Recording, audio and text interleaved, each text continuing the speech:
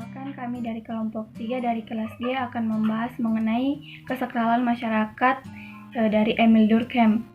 Dan kami kelompok 3 beranggotakan 8 orang yang terdiri dari Delcia Salonga, yaitu saya sendiri, Dorce Dupa, Elizabeth Sogen, Natalia Tosuli, Reni Lukas Raba, Ramanta Dealpasinggi, Selma, dan Yensi Bunga Masyarakat. Durkheim mengutamakan arti dari pentingnya masyarakat seperti struktur, interaksi, dan memahami perilaku sosial. Ia beranggapan bahwa tanpa adanya masyarakat, maka tak ada satupun yang akan muncul dalam kehidupan kita. Agama dan masyarakat tidak dapat dipisahkan, keadaan masyarakat akan mempengaruhi keadaan beragama tersebut. Kami akan membahas mengenai riwayat hidup dan perjalanan karir Emile Durkheim. Emile Durkheim dilahirkan di kota Epinal dekat Strasbourg, daerah timur laut Prancis. Ayahnya adalah seorang rabi Yahudi. Durkheim sangat dipengaruhi oleh guru sekolahnya yang beragama Katolik Roma, tetapi guru ini tidak menjadikannya seorang yang beriman atau beragama. Sejak muda dia menyatakan diri sebagai agnostis. Emile Durkheim menempuh pendidikan pada usia 21 tahun setelah ia gagal masuk dalam tes di École Normale. Ia mengambil studi sejarah dan filsafat, dan itu adalah salah satu pusat pendidikan terbaik di Prancis. Setelah menyelesaikan studinya dan menulis disertasi yang disyaratkan bagi seluruh mahasiswa ekol, Durkheim mengajar di beberapa sekolah menengah yang ada di sekitar Paris. Ia juga pernah belajar di Jerman selama 1 tahun untuk mendalami psikologi kepada Wilhelm Wundt. Dan pada tahun 1887, Durkheim diangkat sebagai profesor di Universitas Bordeaux. Dan selama 15 tahun, sambil bekerja di Bordeaux, dia tetap menyempatkan diri untuk melakukan riset sosial dan terus mengeluarkan ide-ide barunya. Pada tahun 1897, Durkheim juga mendapat gelar profesor dari Universitas Paris. Pada usia 44 tahun, dia telah mencapai puncak karir akademisnya di seluruh Prancis. Dan pada tahun 1912, buku Durkheim yang berjudul Elementary of Religious Life diterbitkan. Buku ini terbit sebelum pecahnya Perang Dunia Pertama. Durkheim meninggal di usia 56 tahun. Kedua, ide-ide dan pengaruhnya. Durkheim menyadari bahwa kebutuhan utama manusia akan selalu terikat kepada satu komunitas. Ia berkomitmen untuk selalu menganalisa seluruh fenomena sosial secara ilmiah, walaupun komitmen ini hanya sebatas metode-metode umum dan agak samar tentang kemajuan evolusi sosial. Kerangka pikir Durkheim sangat dipengaruhi oleh kondisi Prancis modern sebagaimana pada akhir tahun 1800-an. Prancis dan Eropa telah mengalami revolusi besar pada waktu itu, dan awalnya evolusi industri atau ekonomi, dan kemudian revolusi politik Prancis dengan beberapa kali sukses dalam kepemimpinannya. Durkheim menganggap bahwa peristiwa ini telah merubah peradaban Barat secara permanen, terutama pada stabilitas Eropa pada masa lalu yang dibentuk berdasarkan kehidupan masyarakat petani, sistem pembagian kelas sosial yang mapan, kepemilikan berdasarkan aristokrasi dan monarki, serta ikatan yang kuat antara masyarakat kota dan desa, ditambah dengan lingkungan kepercayaan seperti tradisi dan struktur dalam gereja Kristen. Berbagai jenis perubahan muncul dari dalam dan sekeliling mereka. Durkheim membagi kondisi saat itu menjadi 4 pola, yaitu yang pertama, tatanan sosial masyarakat Eropa tradisional yang dulu terikat dengan tali kekeluargaan, komunitas, dan agama, digantikan oleh munculnya kontrol sosial, di mana individualisme dan kepentingan pragmatis atau uang kelihatan lebih berkuasa. Yang kedua, dalam hal perilaku dan moral, nilai-nilai sakral dan keyakinan keagamaan disetujui oleh gereja dan sekarang ditantang oleh kepercayaan baru yang lebih menekankan rasionalitas atau hasrat untuk hidup bahagia di dunia lebih tinggi daripada keinginan untuk masuk surga dan bebas dari siksaan neraka di akhir kelak. Yang ketiga, dalam bidang politik, yaitu munculnya masa demokratis dalam masyarakat arus bawah dan pusat kekuasaan yang kuat di arus atas, yang telah mengubah kontrol sosial alami masyarakat.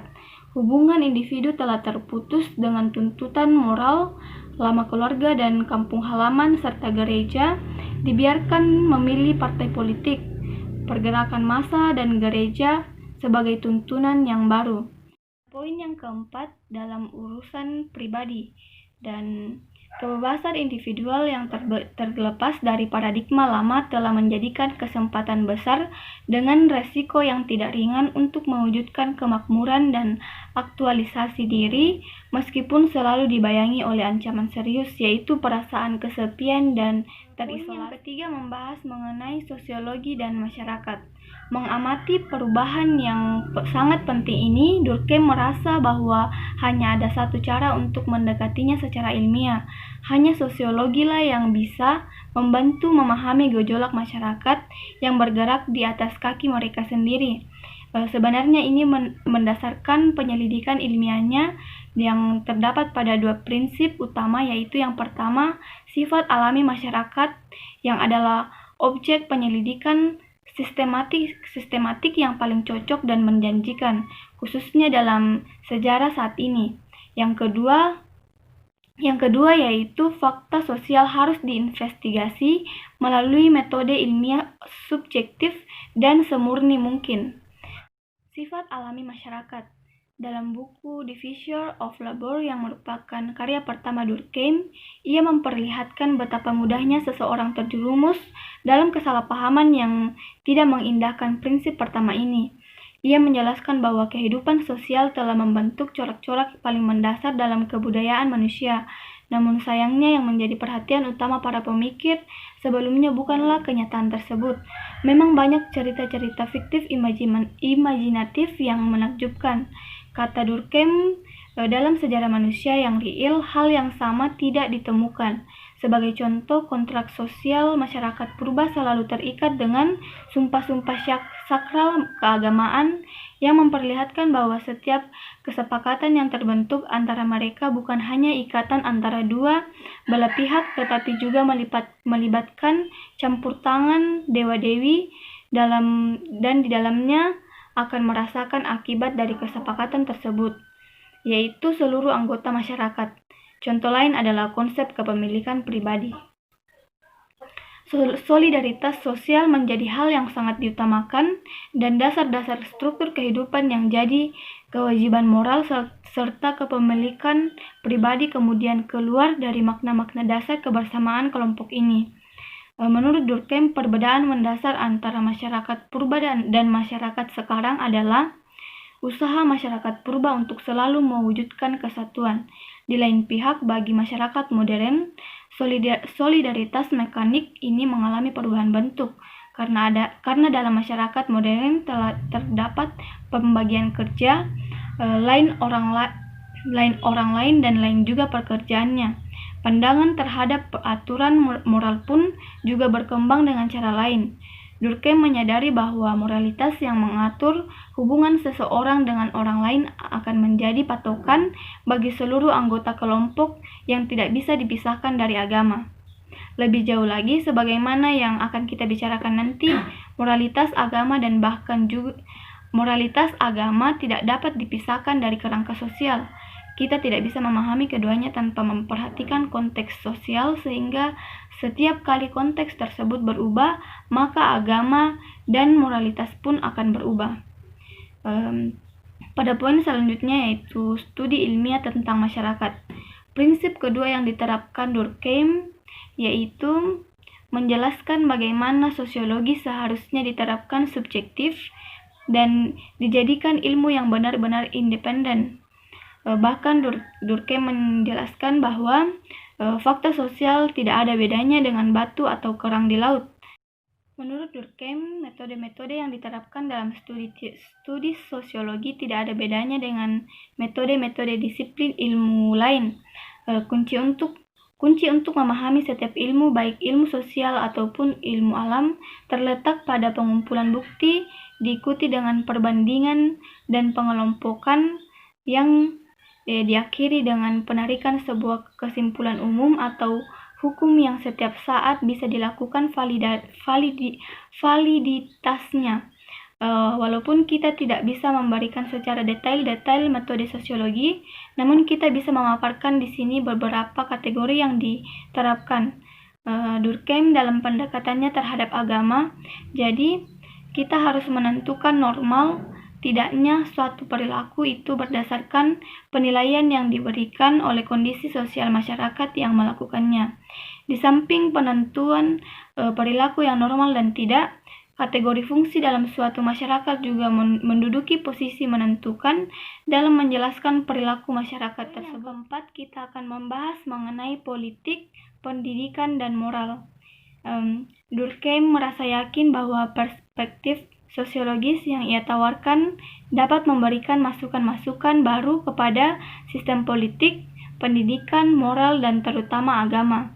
Seperti yang ia sampaikan pada bukunya yang berjudul Professional Ethics and Civic Moral, tujuan sekolah bukan hanya untuk pembelajaran atau pembekalan kemampuan teknis, tapi juga memberikan nilai-nilai disiplin diri dan kesejahteraan masyarakat sekaligus menganjurkan agar semua bisa dilaksanakan bersamaan dengan kepentingan individu lainnya. Setiap peraturan dan moral bukan hanya semata-mata untuk gemerlapan belaka, melainkan semata-mata untuk menciptakan kesejahteraan dan keharmonisan masyarakat. Dengan melawan arus seperti ini, tidaklah mengherankan jika dalam pembahasan politik dan pendidikan, Durkheim juga melakukan analisa tentang moralitas dan tradisi hukum. Durkheim juga lebih memuat agama lebih definitif dalam bukunya.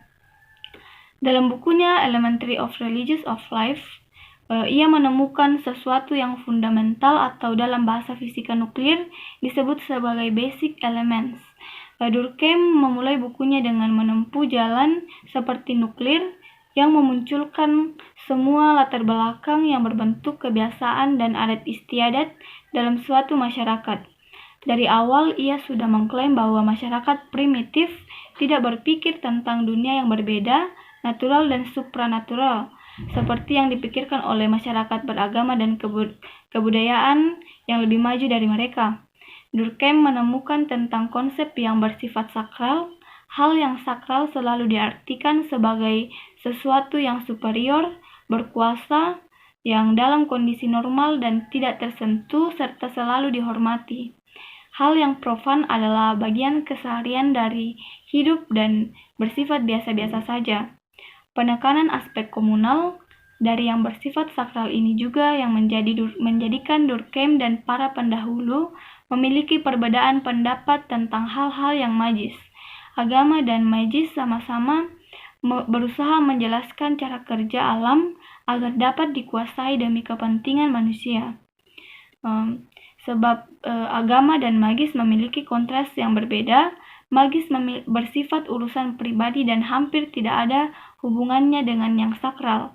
Magis bisa saja berdampingan dengan agama sebab mereka bersifat mengurusi hal-hal yang personal, sedangkan keduanya menyangkut hal yang bersifat sosial. Pada poin yang kelima, kita akan membahas mengenai teori-teori kuno, yaitu naturisme dan animisme.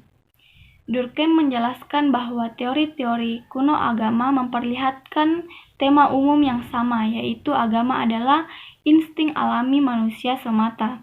Ini berdasarkan asumsi bahwa dalam setiap kebudayaan, masyarakat telah merancang sistem kepercayaan mereka sendiri sebagai sesuatu yang logis dalam merespon fenomena alam yang mereka temukan.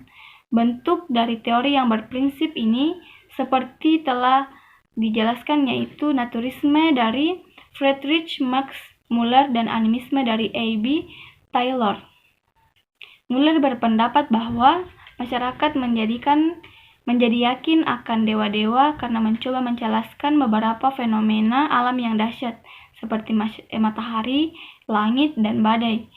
Sedangkan Taylor mengatakan bahwa ide kepercayaan ini muncul dari ide-ide tentang roh. Jika kita ingin menyelidiki agama secara ilmiah, kita tidak bisa begitu saja mengandaikan bagaimana bentuk pemikiran manusia dalam sejarah masa silam. Namun kita harus melihat ke masa sekarang, melihat akibat-akibat yang ditimbulkan agama yang ada pada saat ini. Agama suku di Australia, totemisme. Ketertarikan Durkheim untuk melakukan riset tentang penduduk di Australia tidak kalah banding dengan pemikir-pemikir lain. Namun tidak satupun dari mereka yang berhasil mengungkapkan apa yang sebenarnya menjadi makna dari totemisme itu. Totem sendiri adalah hal yang paling sakral dan mengkomunikasikan kesakralannya itu kepada makhluk yang ada di sekitarnya. Para penganut kepercayaan totem sebenarnya tidak memuja binatang atau tumbuhan tertentu, namun yang mereka sembah adalah satu kekuatan yang anonim dan impersonal yang dapat ditemukan dalam binatang-binatang tersebut, namun tidak bisa disamakan dengan benda tersebut. Yang berada di belakang totem-totem ini adalah sebuah kekuatan impersonal yang memiliki kekuasaan baik secara fisik maupun mental. Sehingga jika kita ingin menerangkan agama, kita harus menjelaskan lebih dalam lagi daripada sekedar membicarakan kepercayaan-kepercayaan terhadap Tuhan atau roh-roh sembahan masyarakat yang nampak di permukaan. Kita mesti menjelaskan realistis yang paling mendasar dari agama tersebut. Masyarakat dan totem. Secara sederhana, kita bisa mengartikan totem sebagai simbol. Totem adalah simbol klan dan Tuhan sekaligus, karena Tuhan dan klan pada dasarnya adalah hal yang sama. Penyembahan terhadap Tuhan atau dewa-dewa sebenarnya adalah bagaimana masyarakat primitif mengekspresikan dan memperkuat kepercayaan mereka kepada klan. Sebuah masyarakat pasti membutuhkan komitmen individu, membutuhkan komitmen individu, dan komitmen ini tidak akan ada menurut Durkheim kecuali di dalam dan melalui kesadaran individu tersebut. Oleh sebab itu, prinsip-prinsip totem selalu menyusup dan mengatur dalam kesadaran diri kita. Dalam upacara-upacara tertentu, para penganut totem menyatakan kesetiaannya kepada klan dan segala yang bersifat privasi, yaitu hal yang profan, ditenggelamkan ke dalam diri yang tunggal dari masyarakat. Upacara-upacara ini adalah masa untuk melakukan hal-hal yang bersifat ritual, dipenuhi berbagai energi, antusiasme, kenyamanan, komitmen pribadi, dan merasa terlindungi. Sehingga dari dalam sekaligus dari luar lingkungan yang riang gembira, semangat, dan dari sinilah agama dilahirkan. Implikasi totemisme. Ketika menyampaikan inti pendapatnya, yaitu tentang pemujaan totem yang tidak lain sebagai pemujaan terhadap masyarakat itu sendiri, Durkheim merasa yakin bahwa seluruh teka-teki tentang masyarakat dan agama Australia terpecahkan. Ukiran-ukiran yang terdapat pada batu dan kayu adalah objek konkret yang memberi kesaksian kepada setiap orang tentang kenyataan bahwa klan yang menghendaki kesetiaan seluruh anggotanya adalah sesuatu yang bukan hanya ada dalam imajinasi. Klan adalah hal yang benar-benar real yang masuk ke dalam pemikiran dan kehidupan setiap orang. Klan tidak menginginkan sesuatu yang akan jadi simbol berasal dari hal-hal yang jauh dan membingungkan. Yang diperlukan adalah objek yang spesifik, nyata, dan dekat dengan keseharian masyarakat. Tujuan utama totemisme ini adalah untuk menyatakan kesaling terkaitan berbagai hal, hubungan-hubungan yang sangat rumit yang mengikat seseorang dengan orang lain di dalam klan, kaitan klan dengan alam fisik, dan akhirnya kaitan-kaitan dengan berbagai fenomena alam itu sendiri.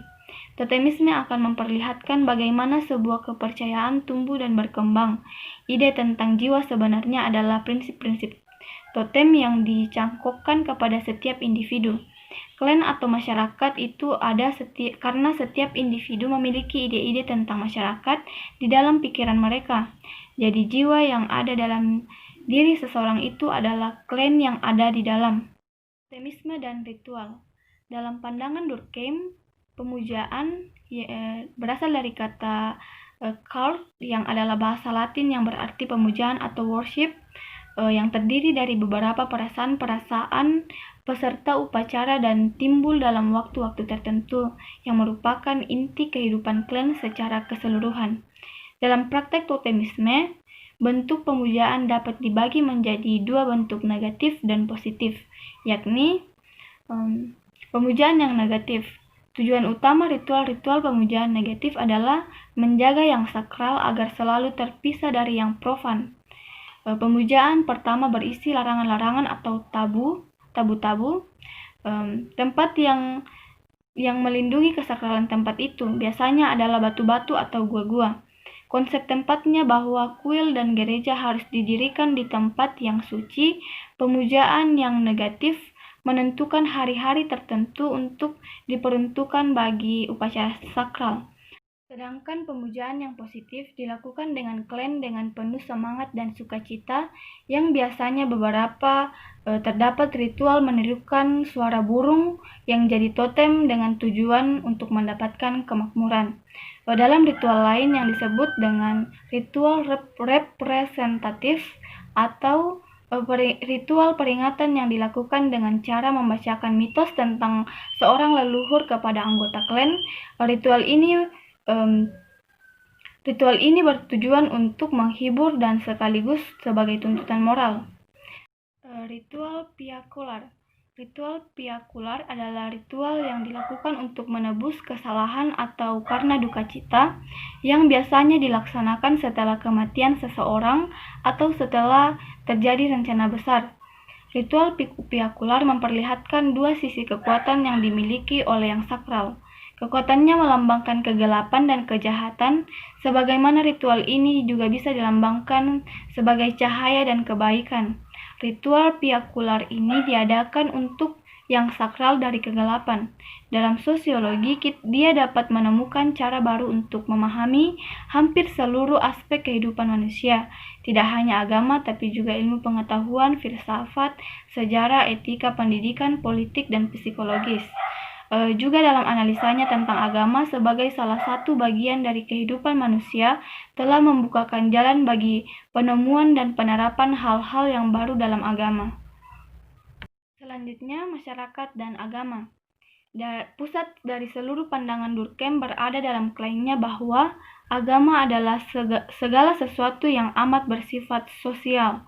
Ia menegaskan walaupun sebagai seorang individu, kita memang memiliki pilihan-pilihan dalam hidup ini, namun pilihan itu tetap ada dan berada dalam kerangka sosial. Dalam setiap kebudayaan, agama adalah bagian yang paling berharga dari seluruh kehidupan sosial. Dia melayani masyarakat dengan menyediakan ide, ritual, dan perasaan-perasaan yang akan menuntun seseorang dalam hidup bermasyarakat. Saat ini diskusi tentang pengaruh sosial atas agama atau sebaliknya, pengaruh agama terhadap kehidupan sosial menjadi hal yang sangat umum. Tapi untuk melihat keistimewaan perspektif, Durkheim menjelaskan bahwa kita harus mengingat kembali tulisan Taylor yang ditulis setengah abad sebelum Durkheim. Dan ketika Taylor membicarakan agama masyarakat primitif, dia menganggap agama tersebut hanya buah pikiran dari filosof-filosof liar yang menemukan ide-ide tentang roh dan dewa-dewa. Begitu juga dengan Freud. Walaupun Freud telah menelaah betapa pentingnya keluarga dan masyarakat, namun titik tekan yang dilakukan adalah kepribadian individu-individu tersebut, dan pandangan Durkheim sangat berbeda dengan mereka. Memang dia bukan orang pertama dan pula satu-satunya yang memperlihatkan kekuatan sosial dalam kehidupan manusia, namun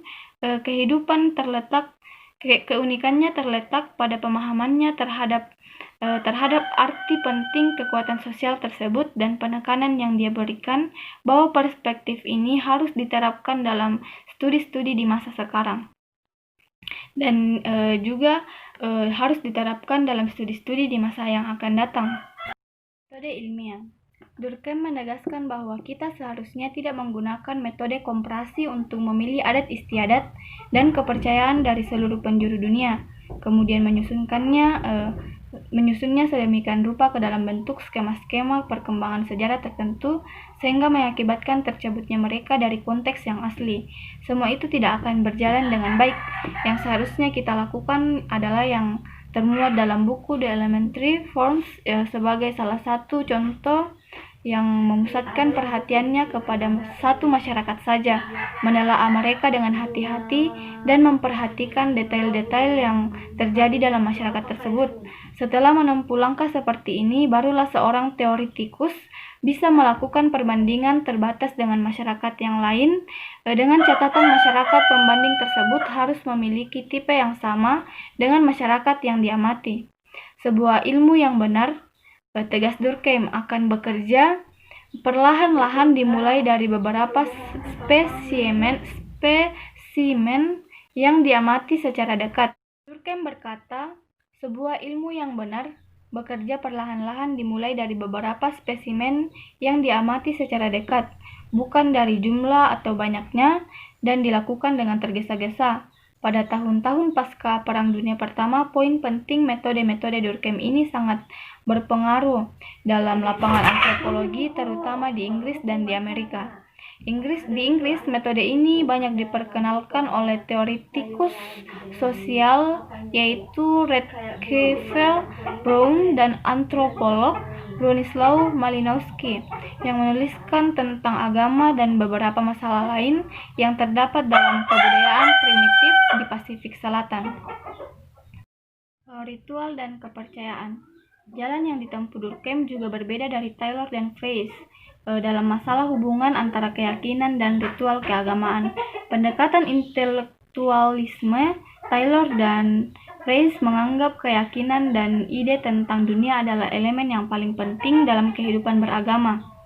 Praktek-praktek agama, kebiasaan, dan ritual agama dipandang sebagai hal sekunder karena muncul dan bergantung pada keyakinan. Namun berdasarkan pandangan inilah kenapa prosesi penguburan seorang budak bersama penguburan mayat raja dilakukan, sebab mereka meyakini bahwa setelah kehidupannya di dunia ini, roh seorang raja masih membutuhkan seorang pelayan yang akan membantunya di kehidupan akhirat. Secara logis, keyakinan ini muncul lebih dahulu daripada ritual, ide lebih dulu daripada praktek. Durkheim memiliki pemikiran yang berlawanan dengan ini. Baginya ritual keagamaan lebih utama sebab ritual ini yang lebih fundamental dan yang melahirkan keyakinan. Fungsi sosial dari ritual-ritual keagamaan akan selalu konstan, namun sebaliknya, muatan intelektual agama akan selalu mengalami perubahan. Keyakinan adalah sisi spekulatif agama, dan keyakinan Kristen bisa saja berbeda dari keyakinan Yahudi atau Hindu. Tapi dalam ide-ide yang sifatnya partikular, perbedaan yang terjadi tidak begitu besar. Perbedaan ide-ide akan selalu didapati dalam agama-agama yang ada di dalam dunia ini. Bahkan dari masa ke masa, ide-ide dalam satu agama juga akan selalu berbeda. Tapi kebutuhan untuk mengadakan upacara-upacara akan selalu ada karena merupakan sumber sebenarnya dari kesatuan sosial dan tali pengikat utama dari seluruh anggota masyarakat. Ritual-ritual keagamaan ini akhirnya menyingkap arti agama yang sesungguhnya. Poin selanjutnya yaitu penjelasan fungsional. Arti penting ritual keagamaan akan membawa kita ke jantung teori Durkheim, yaitu penjelasan fungsional tentang agama. Sama dengan Freud, Durkheim menganggap dirinya telah melontarkan teori yang tidak saja berbeda dengan teori-teori lain, melainkan juga berbeda dari segi jenis teori itu sendiri. Taylor dan Fries mencoba menjelaskan agama sebagaimana adanya dengan mengumpulkan nilai-nilai kepercayaan seseorang kepada taraf permukaan, kemudian mempertanyakan bagaimana kepercayaan ini memberikan penjelasan kepada penganutnya tentang makna kehidupan. Dalam pendekatan intelektualis, keyakinan dan ide-ide yang disebut Durkheim sebagai sisi spekulatif agama adalah kata kunci untuk menjelaskan kebudayaan lain. Dalam pandangan Taylor, kita akan memahami arti dari sebuah ritual keagamaan seperti yang dikatakan seorang pawang hujan dalam suku Indian yang meyakini sebuah tiruan petir akan menurunkan hujan yang akan menyirami tanaman mereka. Prinsip magis imitatif barangkali bagi kita adalah sesuatu yang absurd, tapi tidak demikian dengan mereka, karena magis itu menjelaskan kenapa mereka melakukan perbuatan aneh tersebut. Tapi Durkheim ingin menjawab pertanyaan tentang masalah lain. Jika kita sepakat bahwa perbuatan-perbuatan ini memang absurd, lantas kenapa masyarakat masih melakukannya? Jika ide-ide ini memang takhayul, lalu mengapa tidak dihilangkan dengan mudah? Atau kenapa masih bertahan hingga sekarang? Bagi Durkheim, jawaban pertanyaan ini hanya bisa ditemukan di satu tempat, yaitu pada fungsi sosialnya, pada perbuatan mereka itu sendiri, bukan pada muatan keimanan atau apa yang mereka yakini tentang Tuhan atau dunia. Namun ide-ide keagamaan mereka bisa saja diperdebatkan, sehingga ritual-ritual atau bentuk lain yang berfungsi sama akan selalu dipertahankan. Masyarakat tidak dapat eksis tanpa adanya upacara-upacara, dan dengan begitu agama pun akan selalu ada. Pada poin yang keenam, kita akan membahas tentang beberapa kritikan. Pendekatan sosial yang agresif dari Durkheim tidak diragukan lagi, karena ia telah memberikan teori yang sangat orisinil dan sangat mengagumkan tentang agama. Teori Durkheim ini ingin memperlihatkan bagaimana akar perilaku keagamaan jauh lebih dalam dari sekedar keinginan intelektual manusia untuk memperjelas cara kerja alam. Teori Durkheim ini mengapresiasi kuatnya pengaruh yang ditimbulkan oleh struktur sosial ketika masyarakat menyatakan bahwa hal-hal tertentu adalah bagian yang sakral. Kritikan-kritikan yang ditujukan kepada Durkheim dapat dikelompokkan menjadi 3 isu yang penting, yaitu pertama, tentang isu Durkheim tentang hakikat agama. Yang kedua, bukti-bukti dari benua Australia yang ditemukan, serta yang terakhir yaitu kesimpulan reduksionisnya. Kita akan melangkah ke poin yang pertama, yaitu asumsi-asumsi. Posisi Durkheim sangat bergantung pada apa yang disebut dengan pemikiran Yunani kuno Archimedes dengan Pousto, yang berarti tempat di mana saya berdiri. Maksudnya posisi Durkheim sangat ditentukan dari mana dia mulai argumentasinya. Menurut agama didasarkan pada perbedaan yang dibuat oleh setiap masyarakat antara yang sakral dan profan. Bagi masyarakat ini setiap peristiwa sama saja maknanya. Tidak ada supernatural yang terpisah dari natural. Dalam masyarakat yang ada hanyalah sakral dan sosial, dan mereka ini terpisah dari yang profan dan pribadi. Menurut ilmuwan yang sezaman dengan Durkheim, bahwa apa yang dikatakannya itu selalu benar. Dan yang cukup menarik di sini adalah pada saat yang sama kebanyakan masyarakat itu tidak memisahkan yang sakral dengan yang profan, namun Durkheim menegaskan bahwa keduanya mutlak harus terpisah. Poin yang selanjutnya kita akan membahas tentang bukti. Durkheim menyatakan bahwa nilai studi yang dilakukannya terletak pada tekadnya untuk melakukan studinya hanya pada satu tipe budaya saja, yaitu masyarakat aborigin Australia, dan menjelaskan agama serta konteks dalam budaya tersebut. Kritikan yang lebih pedas ditujukan kepada Durkheim diberikan oleh Arnold von Gennep, yang adalah seorang antropologi ulung dari Belanda yang bekerja di Afrika.